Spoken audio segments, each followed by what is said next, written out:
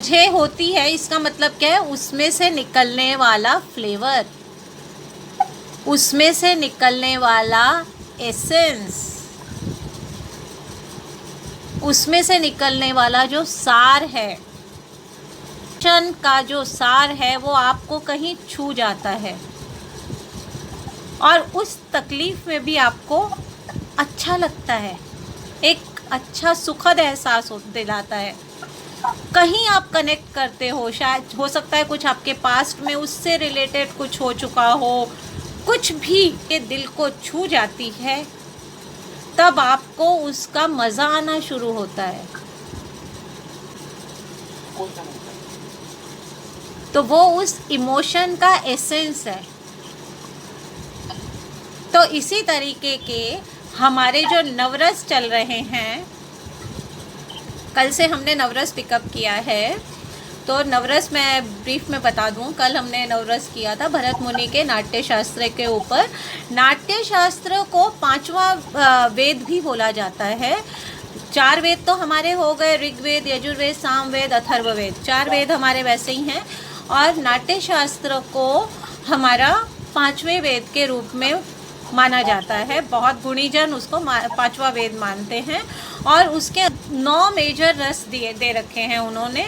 बाकी उसके अंदर सबसेक्ट्स बहुत सारे आ जाते हैं। रौद्र में घुसे, फिर रौद्र से बाहर निकले, फिर हम करुण में घुसे, और फिर करुण से ultimately with the help of exercises, cooling, calming and relaxation, meditation, इन सब एक्सरसाइजेस के साथ हम लोगों ने बाहर निकलना सीखा।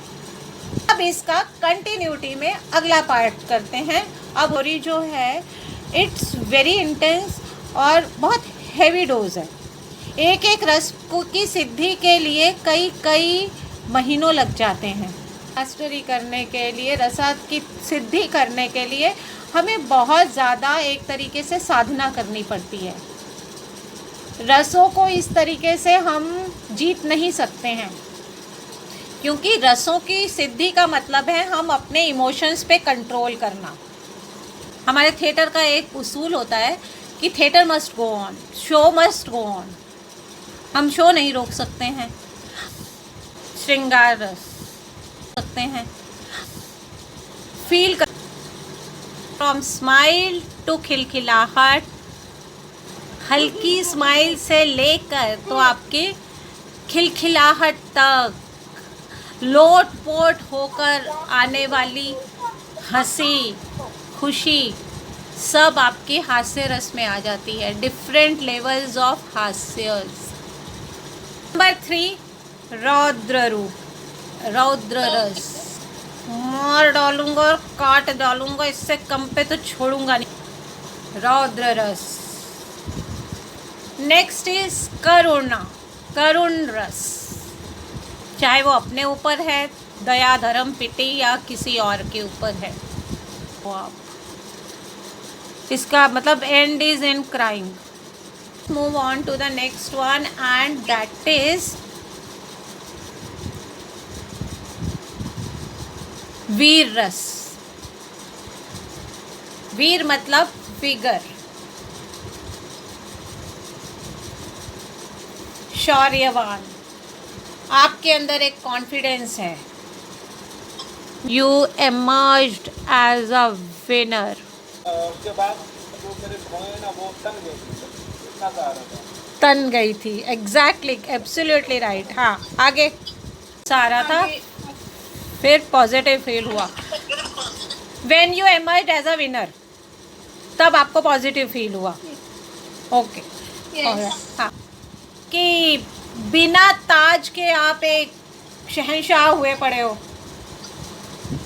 आज तो मैंने कुछ जीत लिया भैया, एक कर दिखाया, देखा मैंने एक कर दिखाया।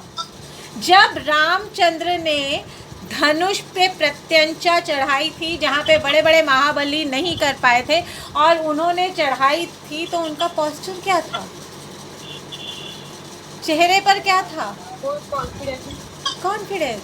आईब्रोज ऊपर थे, आंखें चौड़ी थी। Of this day, I am my boss, I am boss of this situation, I have one it, I have proved my self. ये है आपका वीर रस। वीर रस और रौद्र रस में बहुत हेयरलाइन डिफरेंस होता है। वीर रस जो है जहाँ पॉजिटिविटी को इंडिकेट करता है, वहीं पर रौद्र रस नेगेटिविटी को इंडिकेट करता है। जब मेरा सिपाही, मेरे देश का सिपाही मेरे देश के लिए लड़ता है तो वो वीर रस है।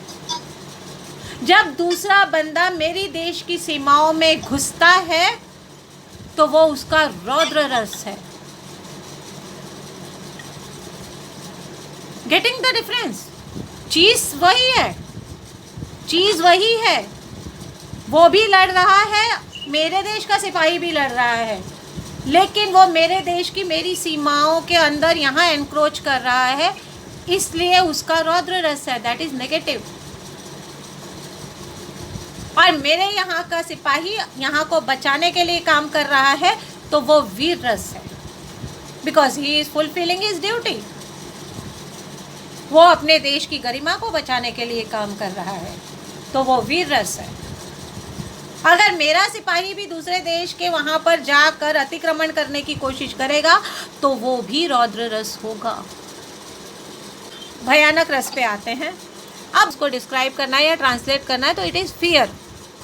लिए एक्सप्लेन करना बहुत ज़्यादा मुश्किल काम नहीं है। Corona was like near death experience, और ये ह्यूमन नेचर है। हमें जिस चीज़ से मना किया जाएगा या जो फॉरबिडन थिंग्स होंगी, we will die for that. भयानक होते हुए भी वो रस तो है, उसका एक स्वाद है, उसका एक रंग है, एक रूप है, और वो हमको भा जाता है और हम वो देखना चाहते हैं, हम वो करना चाहते हैं, हम वो एक्सपीरियंस करना चाहते हैं, महसूस करना चाहते हैं। ओके, सो मुझे लगता है आज के लिए इतना काफ़ी। आज भी बहुत ज़्यादा हो गया है। रस कर लिए तो आपकी बॉडी में ऑटोमेटिकली वो उतर जाते हैं। बड़ी किंवदंती है या जिसको करेंगे लोक कथा है या बहुत बड़ी कहानी, अच्छी कहानी है, माइथोलॉजिकल स्टोरी है, जिसके ऊपर गिरीश कर्नाड ने हयवदन लिखा था। उसके अंदर यही बताया गया था कि आपका ये पोर्शन श्रेष्ठ पोर्शन होता है। हयवदन का एक्चुअल मीनिंग वही है कि आपका सिर जो है, सिर और ये पूरा फेस, ये आपकी बॉडी में सबसे ज़्यादा इम्पॉर्टेंट पार्ट है। यही आपको बनाता है, यही आपको बिगाड़ता है।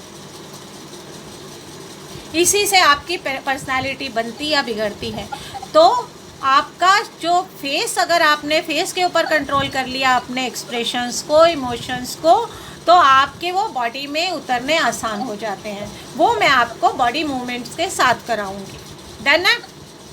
तो अभी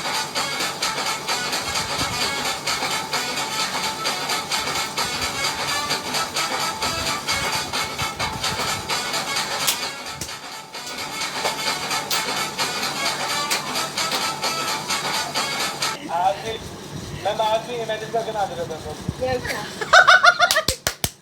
this is method acting. Okay, ये मेथड एक्टिंग का एक तरीका होता है।